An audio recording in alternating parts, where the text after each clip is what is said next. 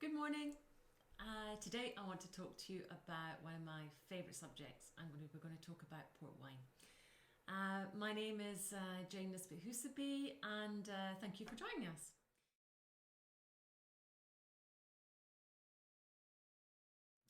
Styles of Ruby. We have three different categories I think that we'll stick to today. Basically, we have Ruby Reserve, we have late bottled vintage, and then finally we have vintage. Now, I'm going to move these glasses out of the way a little bit so we can see a little bit more of these wines. The Ruby Reserve, it's a very, very popular wine. It's very well priced. It's just a little bit under 200 kroner for a bottle. And basically this is a very popular style. In fact, Coburn's Special Reserve. This is a port wine which is best-selling in many parts of the world. And it's a really good introduction to the category. You get really lovely, beautiful black fruits, plummy fruit, and it's quite rich with a medium sort of intensity on the palate, and it's more of I can't really say everyday drinking, but it's a bit more of a sort of relaxed style of port, perhaps we could say. And what's important as well with the Ruby Reserve is that this is not only a selection of the 5 grape varieties that we mentioned earlier, but it's also from different vintages. So this is a blend basically of different vintages.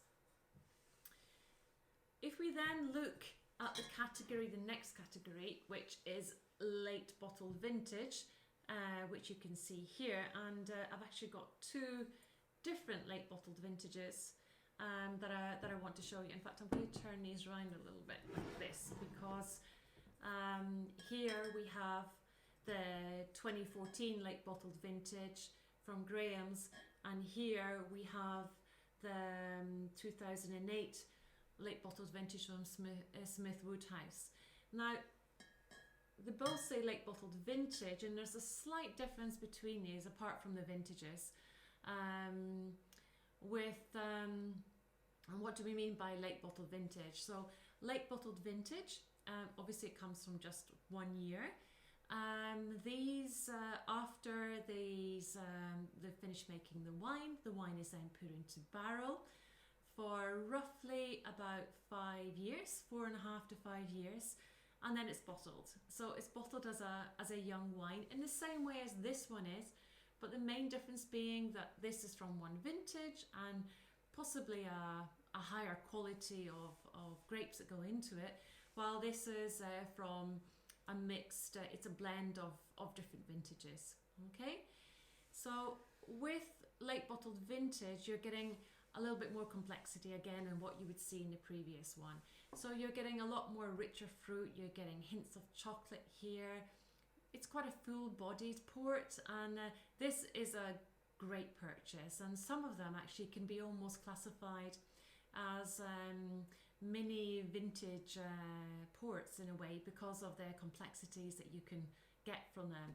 And this here is a good example of one of these more mini vintage ports that you can get. So with this one is actually unfiltered as well, and when a wine is unfiltered, it means it can develop more in the bottle. Normally with a late bottled vintage, you would when you buy it and you bring it home, it's ready to drink, so that if you can keep it, of course, in your cellar for maybe 1 to 2 years, but it's really ready to drink. With this style here, which is late bottled vintage unfiltered, it's already had a bit of after it's been its 5 years in barrel, it was then put into bottle, and it's had some further bottle aging. And with the bottle aging, you're starting to get a little bit more development. So you're getting more of forest floor aromas, maybe you're getting some slight truffles or dark chocolate, or you're getting a different complexity to it. And so this wine here, although this is also ready to drink now, it can also go on to age a little bit more in your cellar. Finally, the most important category that we have with the rubies is vintage port. Now, vintage port is absolutely fantastic, and in the best vintages, you can expect a bottle of port to last 50 years or more. I mean, they really are quite incredible. If you open them when they're only about 10 years old, they can still feel quite overpowering and a little bit closed, and you're not really getting a lot out of them. So these, in the best vintages, you really want to wait, and that's kind of difficult, I know. But this one, for example, is already, this is a 2000 vintage, so I would say, yep, this one is getting into its nice drinking window, and this will be lovely. This will have a lot of layers of complexity, of these plummy black fruits, but you will also see some really nice development on the palate and some layers that really start to, because when a port is young, it's just like so dense that you can hardly taste anything. It's really, really rich and dense, and as it ages, it starts to open up, and you can, it's sort of, you've got this really lovely interplay of all these different layers and a long lingering finish. So these are really worth it. But these are obviously a lot more expensive. So here we're talking about roughly 1,000 kroner or more for a bottle, compared to these ones here, which are the late bottled vintage, are round about, they're 220, 30, 250, depending on the actual wine. So you can get quite a lot. So this is often a good category if you're not really that used to ports, and these are really good ones to explore, in my opinion anyway. Now, the other aspect people always wonder about is how long can you actually keep one of these wines open in your, once you've decided to drink it. So there's quite a difference, and this is quite important to know, really, because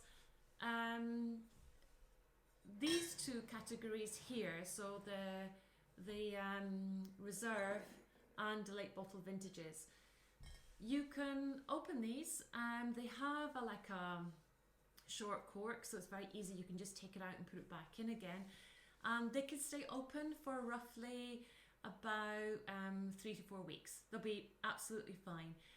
Preferably keep them in a cool cellar, because then you will preserve a lot of the fruit. And if you don't have a cellar, maybe the coldest part in your house, or if your house is really warm, or you're in an apartment, maybe in a fridge would also work, but preferably not as cold as a fridge.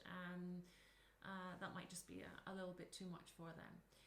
So the thing I love about these is that you don't have to drink it all at once. So if it's like me, who just loves a little glass of port in the evening sometimes, then it's really nice to be able to have these available, really. When it comes to vintage port, though, this is quite a different thing. So I remember a while ago, a friend, he'd received a beautiful bottle of vintage port, had never drunk vintage port before, and so he asked me if I wanted a glass of it, and so I said, oh yeah, great. And then he said to me, I'm a little bit disappointed with it, because it's been open now for about 4 days, and it's not tasting as good as what it did in the beginning. And then it suddenly dawned on me, okay, he's used to late bottled vintage, because the difference with the vintage is that when this is open, you're gonna have to drink it. Okay, so if it's been if it's quite a young vintage port, when I'm saying young, I'm talking about maybe 10, 15 years old, then you can actually decant them for quite some time, maybe even 6, 8 hours or whatever, or less, depending on the quality of the vintage. And then, but make sure then that you drink them within, usually we're thinking of 2 days, in order to fully enjoy them. These have got long corks in them, like you have in a red wine. So you're going to have to think about making sure you put the cork in again afterwards. And I love these wines they're just great for a special occasion, or with friends around the table. In fact, all of these are great. I wouldn't say this is more of a special occasion, but these ones, what I tend to do is I will maybe put a couple, well, depends how many we are, and and having a really nice port, vintage port, is really a fantastic thing to share with friends, and maybe have some cheeses on the table, and it's just a real conversation type of wine. Okay, so that's the category of the ruby ports, and next time we're going to discuss about Tony's. Thank you.